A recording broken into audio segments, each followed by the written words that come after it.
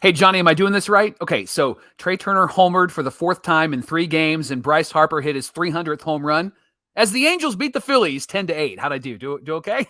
Angels salvage the series.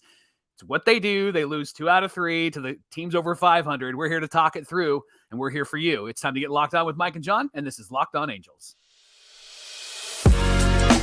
You are Locked On Angels, your daily Los Angeles Angels podcast. Part of the Locked On Podcast Network, your team every day.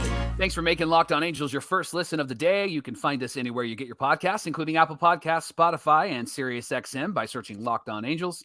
And the best way to help us out is by giving us a rate and a review. And if you're watching on YouTube, make sure that you're subscribed and click that bell to be notified every time a new episode drops. And today's show is brought to you by Bunches. You can download the Bunches app today. And when you do, our friends at Bunches have a featured Locked On MLB bunch in the Discover tab. You can click the description below and join the Locked On MLB bunch community today. Thanks for being here for this episode of Locked On Angels, where it's your team every day. You've got the Frisch Brothers here with you, a.k.a. the Super Halo Bros. My name is John, and that's my brother Mike. And my name is Mike, and that's my brother John. Hey, we've been fans of this team for years, and we're here through thick and thin for you every Monday through Friday, so thanks for being a Locked On Everydayer. In fact, if you are a Locked On Everydayer, join us tomorrow for Fan Mail Friday. Get your questions into us on social media, or give us a call on a voicemail line, which is in the episode description below. On today's show, Mike, what is Arte's motivation for even owning this team at this point? We're going to talk about that, and we're going to talk about if the Halos are fixable and what we mean by that. We'll get into that in just a few. Mike, we got to recap the Phillies game from yesterday. It was an early one. They had the chance to get the misery out of the way early, but then it wasn't so miserable after all. How about that? Yeah, Angels win 10-8. It really was a back and forth, kind of a wild game in Philadelphia, and it came down to the top of the ninth. Brandon Drury hits a game-winning 2-run home run off of Craig Kimbrell, and that he's a guy that you can get hits off of, right? That feels good to get one off of Kimbrell. And look, Mike, I was celebrating on our Locked On Now all the guys who are going to be here next year and how they contributed to the game. And Drury is on a 2-year deal. $8.5 million, by the way. I feel like that's pretty affordable for who he's been this season, and he'll get that again next year. But him getting that 2-run home run off of Kimbrell was really great. And then Esty getting the save. That was fantastic to see as well. And man, Brandon Marsh was fouling everything off. I felt like I was watching a game of the show where I'm trying to get a pitch by somebody, and finally Marsh put it in play to get that out. But that was hilarious to watch. Yeah, Esty was actually was good in this game. The pitching wasn't very good, Johnny. Detmers only went 4 innings, gave up 2 earned runs. This guy's got to figure it out, man. The guy has been up and down, and there are times where he looks really great, and then there are times where he just doesn't look good at all. And this was one of those games where only 4 innings isn't going to do the job. And then Reynaldo Lopez and Matt Moore, they each blew a save because they gave up a run in their innings. And Matt Moore's been struggling lately. I haven't seen him give up that many runs really the entire season. But he really has been struggling when he came in. And Reynaldo Lopez looks like the type of guy that is going to be a dominant 8th inning guy, and perhaps maybe even a 9th inning guy, and to be a closer. But he has been kind of flighty a bit with the Halos, up and down. Really looked good when he came over, has had a couple of really bad starts. His last 2 innings pitched, he's given up some runs. And quite honestly, none of these guys might be even on the team as we talk about this. And so it may not matter to us. Hunter Renfroe is another guy who might not be on the team, and he had a really great game, had 3 hits, a home run, 4 RBIs. Johnny, today has the potential to be really wild because a lot of the Angel players are on waivers. Giolito, Moore, Lopez, Renfroe, Grichuk, and Dominic Leone. And we haven't gotten any word as of this recording, but the deadline is 10 p.m. today. And so 10 a.m. 10 a.m. today. And each player goes to a team. The team that's awarded the player might have to make a corresponding move. So we may not actually get the details of where the players go and what the move might be. But, John, there's a few teams that we should keep an eye on, and these are teams that are in contention. And kind of in this order, this will be the teams that will be able to get at least one first dibs, claim. right? Yeah. Why don't you tell us the names of the teams? Yeah, the teams that are going to get first dibs are not the ones with the best record, but the ones that are near the top of the standings. And so that's going to look like the Marlins, the Reds, the Giants, the Red Sox, Diamondbacks, the Twins could be in there. The Cubs, Mike, had the turnaround that we wish that we had. Yeah. In July. and shout out to Locked On Everydayer Dave Diller, who is a Cubs fan who lives in SoCal, that is actually a watcher and viewer of the show. And he was really upset with both of us the other day when we were playing the Reds. And we said, I think we could root for the Reds if they make the playoffs. And he said, of all the teams in the Central, in the NL Central, you pick the Reds? Come on. Because he's friends of ours, and he's a huge Cub fan from Chicago. So I think the Cubs could actually really benefit from a few of these players if they're able to get at least one claim in on one of them. Absolutely. Well, tell him I have a Cubs hat and a Cubs shirt with Seiya Suzuki's number and name on it that I got at Wrigley Field, by the way. That's right. And of course, Mike, the Blue Jays, we can't forget about the Blue Jays. They could also be looking to add from the plethora that the Angels are releasing. Yeah. Can I just say, it's hilarious to me. The Grichuk goes off 2 days ago. Renfroe goes off yesterday. In fact, I looked it up, and Hunter Renfroe has had 21 plate appearances with the bases loaded. Do you know how many hits he has as of yesterday? What, one? 4. All season long. So it's at 21 tries with the bases loaded. Feels like it. 4 hits. I believe it was like 10 strikeouts or something like that. Yeah. And so, yeah, yesterday was the 4th time he's had a hit in 21 tries with the bases loaded. Mike, I gotta say, I'm a little disappointed in the Phillies for, the fact that Trey Turner, as you mentioned, got his 4th home run in 3 games, and Bryce Harper hits his 300th career home run. They still lost to the Angels, and Bryce Harper does it on the anniversary of Lionel Cheesesteak Wilson hitting his 300th career home run for the Phillies way back when. How can you disrespect the cheese like that? Come on. Ridiculous. Is this real? Is this real? This is how it feels to be on the other side of it. So I tweeted, "Oh, I get it. I get it now, guys. Thanks. It is kind of fun. This is fun. This is fun." And somebody said, "Look, it doesn't work that way because the Phillies are going to be playoff contenders." No, it works that way because when the Angels were over 500 and cruising right along and going on 10-game win streaks or whatever, like everybody still tweeted whenever they had a loss that, oh, Trout did this and Shohei did this and the Angels still lost. So it doesn't matter if you're over 500. It doesn't matter if you're a playoff team. Also, you still get cheesesteaked at the end of the day. Also, I didn't know that one person was the commander and ruler of the entire world. There's rules. You got to follow the rules. You can't change the rules if you don't like how you can't double stamp and triple stamp. Johnny, I really am going to pay attention to Lucas Giolito and Hunter Renfroe and Randall Grichuk specifically, because wherever they might land, if they get claimed, I know that there's going to be that inevitable, like, so you're going to do that for that team, but you're not going to do it for us. I really would be interested to see if Giolito has a bit of a turnaround. He hasn't pitched, well, I was going to say he hasn't pitched terribly, but his ERA is really high, but he's had a couple of starts that were potential starts that he could have won, right? I hear you. I mean, listen, it seems like Giolito has had at least one bad inning in every start. And overall, like if you zoom out and you look at the bigger picture, like you have a decent pitcher. Maybe he's not the guy we wanted behind Shohei as a number 2, right? But like and I'll just say this, all 29 teams would put him in their rotation. That's what I'll say. Yeah. And it's unfortunate the way it worked out. I know that everybody's looking at Lance Lynn and the Dodger system and going, well, look at Lance Lynn and what he's doing. Right. And I looked it up, Mike, because somebody brought this to my attention. You look at the peripherals, you look at the underlying numbers, like we always say, and really Lance Lynn was underperforming his expected numbers. Yeah. So you put him on a good team with a good defense behind him.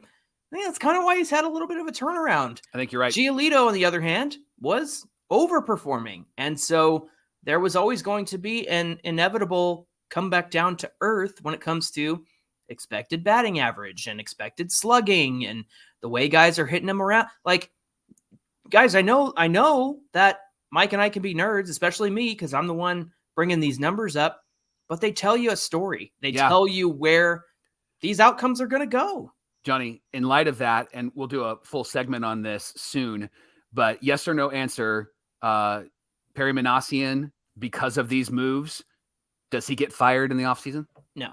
Okay. So. Yeah. Okay. Yeah. I don't think so.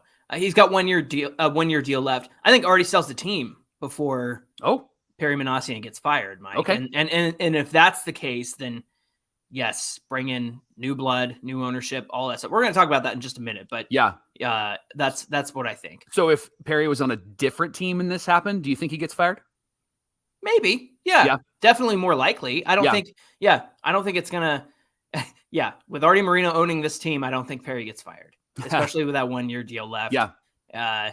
You don't need, I mean, I know it doesn't count towards the roster money, but you don't need to be paying a guy for a year that he's not working for you like they did with Billy Epler. They extended Epler and then fired him. Do you remember that? Yeah. They extended it by like a year. Right. And then like a few weeks later, fired. What are you guys doing? Yeah. Just so total competence in that Angels front office. Well done, Artie. Well done, Carpino. Yeah. You guys are fantastic. Pick your dumpster fire. Hey, the Angels are playing the A's. They're still on a road trip, Mike. It's not going to feel like one just because they are in Oakland.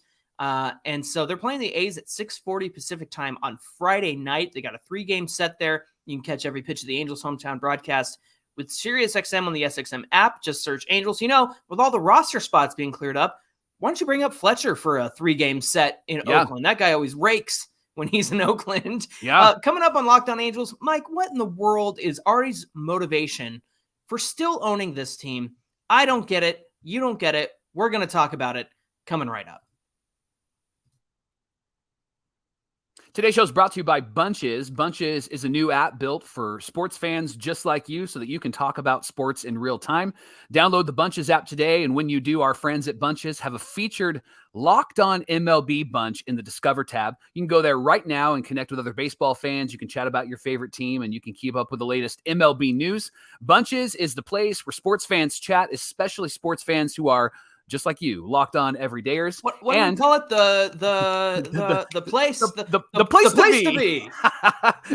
If you have any questions or comments about our episode or any episode, if you're a baseball fan or if you're an Angel fan, you can chat about it in the Locked On MLB bunch on Bunches. A lot of the Locked On hosts are there, and so you can go there right now. Download the Bunches app right now so you can chat about your favorite team every single day. Thanks for making Locked On Angels your first listen of the day. Locked On Everydayers. Don't forget, we have a Fan Mail Friday coming up. You can get at us on social media. Send us a DM, a message, a comment, whatever you want. Give us a call on our voicemail line, 714-409-6396. We know you have a lot to say about this past week. Feels like there's always a lot to say about the past week when it comes to the Angels, but we would love to get your messages. And so you can call us at that number. It's also in the episode description below. Don't forget that the Angels are back at it tomorrow night, 6:40 Pacific time, up in Oakland at the Oakland Coliseum. And we'll see you there. We're excited about that series. You can catch every pitch of the Angels hometown broadcast on SiriusXM with the SXM app. Just search Angels.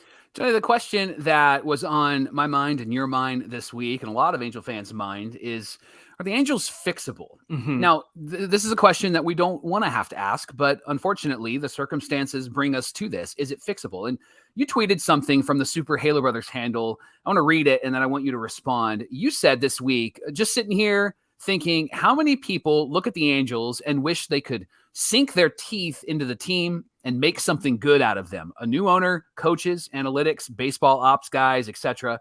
I know as fans, we sit and identify what could be fixed, but I imagine that people know way more than us, and they know how to do the job and sit back and they look at the Angels and they see things and they think that things are fixable, and maybe they wouldn't get a chance to do that with the current ownership. And so you also tweeted, don't care what the farm system rankings are or whatever. Quite literally, anyone with baseball sense could come in and turn trash into treasure, so to speak. The building blocks are there. It's just that multiple someones need to come in and make it into something viable. So Johnny, break that down a bit. Give me your thoughts. Give me your heartbeat. Give me your fandom.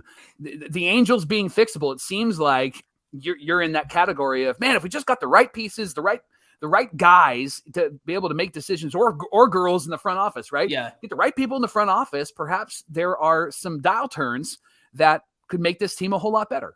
Well, and mind you, I tweeted this before we got the waiver wire news, by the way. So that was before the fiasco that was Tuesday night happened. But yeah, it's more than, so let me kind of reel this in a little bit because, Mike, to me, it's more than just like, oh, if the Angels had this guy or this pitcher or this hitter or this coach or this manager. It's more than that to me. I'm sure that there are managers out there and maybe it's like, I don't know, like Joe Girardi or something. I'm sure Joe Girardi sits at home and he watches the Angels and goes, what are you doing, Phil Nevin? I could manage that team better. I'm sure that there are GMs out there who are former GMs. They look at the team and they think about, man, if I was in charge of the Angels, I would trade this guy and that guy. I'd get these pieces back. Like it's stuff like that we as Angel fans discuss all the time. Well, you know, the Angels need new ownership. They need a new GM. They need better minor league investment. I'm sure there's a million guys out there or girls out there who look at this system and think, look at the way the Angels are wasting talented baseball players. Look, these guys, they got drafted. A lot of them are coming from college programs where they had success. They wouldn't be drafted if they hadn't had success. And so they're sitting on, and I didn't mean to call anybody trash. I'm just saying like one man's trash, Arte Moreno's trash, is another man's treasure because there's talent in this system. And I know a lot of the talent is currently with the major league club, most of them on the IL, like Ben Joyce and Sam Bachman and Zach Neto, right? But at the same time, I think anybody could look at a minor league system and identify problems easily. Somebody could come in and go, what are you guys doing this for? Or what's that all about, right? Mike, and I speak from that in my own experience in working in education, working in television, working in marketing. There's always somebody who can come in and identify specific things and go, you know, let's turn the knob on that. Let's flip this switch here. Let's make this better. Here's how you could get more out of what you have. Right now, the Angels are not getting the most out of what they have. And I know everybody's going to say, well, they're ranked 29th, they're ranked 30th. So what? Yeah. So what? Then make them 22. Make them 19. You can take anything and push the talent forward. So that's kind of where I was coming from with this. I know you have done a lot of kind of the same thing. Like as a pastor, you've done it for your own church. You've done it for other organizations. And so what are your thoughts on this whole discussion? There's a phrase that challenged me about 10 years ago or so. And the phrase is this: time in erodes awareness of. And it's like when you're at your house and you have the stain on the carpet or the hole in the wall, right? Like you eventually ignore the stain on the carpet or the hole in the wall. And then when you invite friends over, you either start to notice it again or they notice it. Now, that doesn't mean that they're going to point it out, right? And I think that often what can happen is the closer you are to something, the more that you're going to ignore what it looks like, what it smells like, what it is like. And I think that in this instance with Arte Moreno, I just don't know if he notices that there is a dumpster fire here, or if there is a smell in this room, or there's a stain on the carpet. You mentioned this, the Angels Win podcast, Victor Rojas is on that, and he texted Arte Moreno, and he really kind of was firm and honest with him about the reality of his baseball team. And I don't know if that's going to have any impact on Arte at all, because I wonder if his time in has just eroded his awareness of what's really going on. Not that he's not aware that the team sucks, not that he's not aware that they're really struggling. I just don't think that Arte is aware of how he's played a part, or John Carpino has played a part, or how the system hasn't really been great, or the minor leagues haven't been great. And then obviously the legal issues and all of that stuff. I just think that Arte is a businessman who is always looking to get an edge so that he can get a dollar, right? And I think that that's what he's aware of. That's what he needs to function in. He probably doesn't need John Carpino. He probably could do that job himself, and then he could allow baseball people to do baseball things. I think the problem is he's allowed John Carpino to kind of be the bad guy, kind of be the guy that could be the voice, be the hammer, right? And everything's a nail for John Carpino. And then Arte doesn't have to necessarily be that bad guy. The reality, though, is that Arte's the owner. And so everything's going to fall on him, whether he likes it or not. Arte's going to get all of the dirt kicked on him, and he's going to have to take responsibility because this is his team. He hired those people. And a good leader is somebody who acknowledges what they have done or what they haven't done. And I think you're absolutely right. I think baseball people look at this team and go, gosh, if you just And oh man, if there's a pivot here, and I think it's better if you made that decision, right? Like, it's just allowing the baseball people to do baseball things. And I don't know if Phil Nevin is that type of guy, at least what he's shown us. Now, I don't know what the inner workings are, but what he's shown us is that, gosh, he's really not smart. He's an interim, Mike. Yeah. And that's really, there it is. That must be it. And he's kind of in that in-between ground. He's not really, I don't want to do anything that pushes it too hard forward because I don't know if I'm going to be here, but I also don't want to not do something because I do want to do a good job. And so he's kind of Switzerland. He's in the middle. He's neutral, right? And that's the problem. And that goes all the way back to Arte, because Arte is allowing these decisions to be made. And so I think bottom line for a lot of those Angel people, including Arte, that has been there for a long time in has eroded their awareness of what this team's reality really is and what this team's potential could be. I really love that phrase. That's great. Time in has eroded their awareness. That's really good. I imagine there were plenty of owners when the team was up for sale looking to sink their teeth in and go, oh, I can't wait to do this or that. And so, the fact that Arte didn't end up selling was a huge missed opportunity. Today's show is brought to you by FanDuel. You can get ready for the NFL season with incredible offers from FanDuel, America's #1 sportsbook. Right now, new customers like you can bet $5 and get $200 in bonus bets guaranteed. Plus, all customers who bet $5 will get $100 off NFL Sunday Ticket from YouTube and YouTube TV. That's the incentive. That's awesome. NFL Sunday Ticket is rad. Now is the best time to join FanDuel. The app is easy to use, and you can be on everything from the spreads to player props and more. So visit FanDuel.com/lockedon and kick off the NFL season with an offer that you won't want to miss. FanDuel, an official partner of the NFL. So, Mike, we have some great Locked On Everydayers who leave us terrific comments. And so there was a great comment from Locked On Everydayer listener at Michael Pierce 3501 had a great comment here. Yeah. And it inspired us to talk about this. He said, what do you think Arte's motivation is in owning this team? Is his motivation to win a championship? Is it to break even every year financially? Is it to position the team for sale? He said, I think once we understand Arte's motivation, what it is in owning this team, then we can understand all of the moves that happen with this team. Everything can be explained by what Arte's motivation is.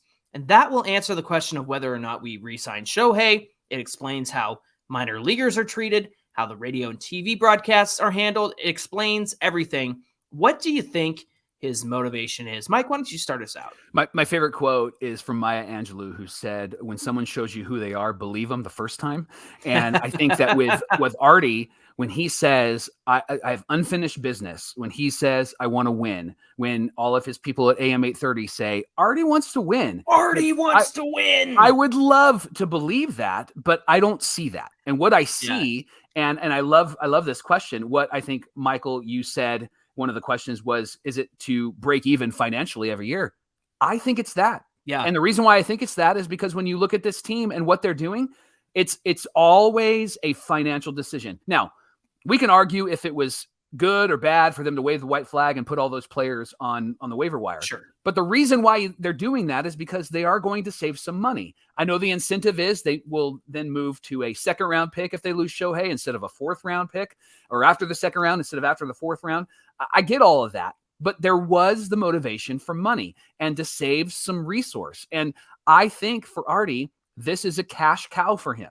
I think that he wants to make money because that's what he did prior to owning the Angels. Mm-hmm. Now, why he wanted to buy the Angels, I couldn't tell you because he really hasn't shown us that. Now, again, all of his language is, I want to win. I want to go to World Series. I have unfinished business.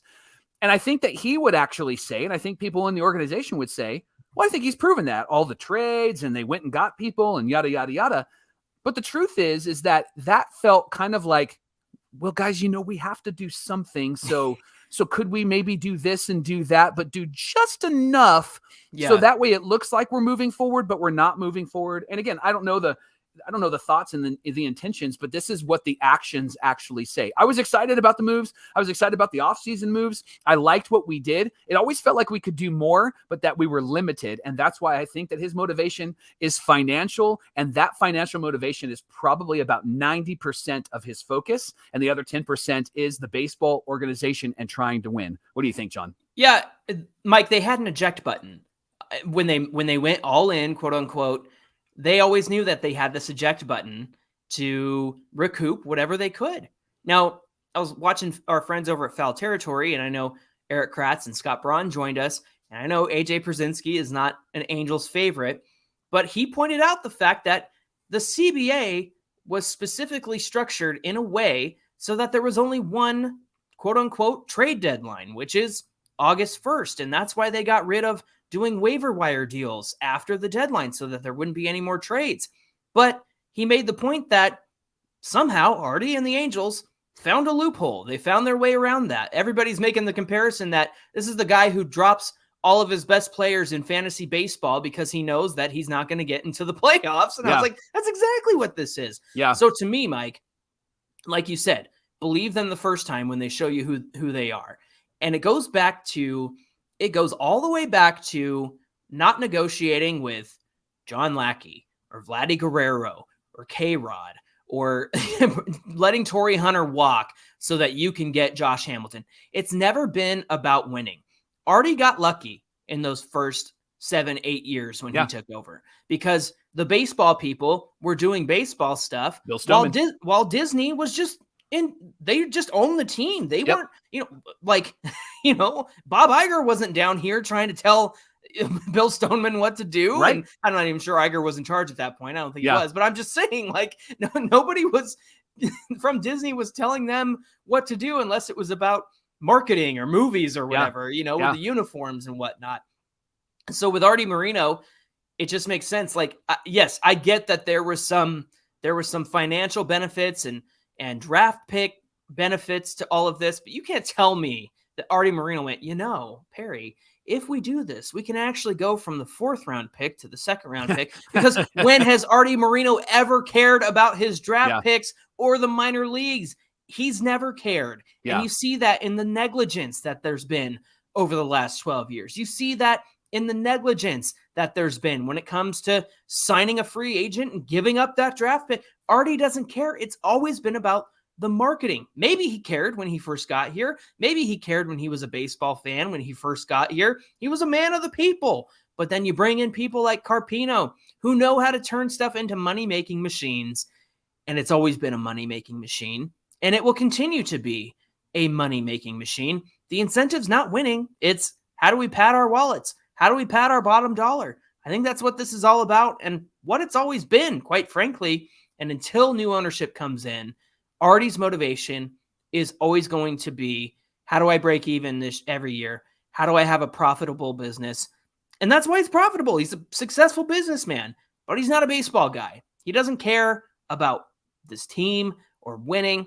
It's all about how to earn that bottom dollar, break even, and make money.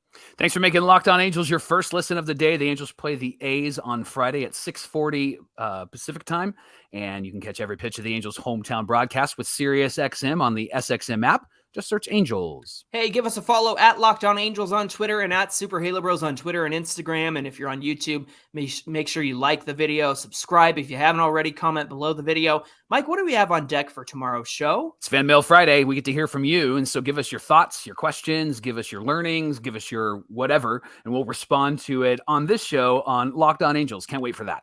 Looking forward to your questions and your comments. So please send those in when you can, and we'll get to that for Friday's episode. Until then, my name is John, and that's my brother Mike. And my name is Mike, and that's my brother John. Thanks for being here with us, and we'll see you back here tomorrow for Fan Mail Friday. So if Arte sells, do you have a down payment, or should I work on that? I'm going to do some fan dueling and try to get my money up.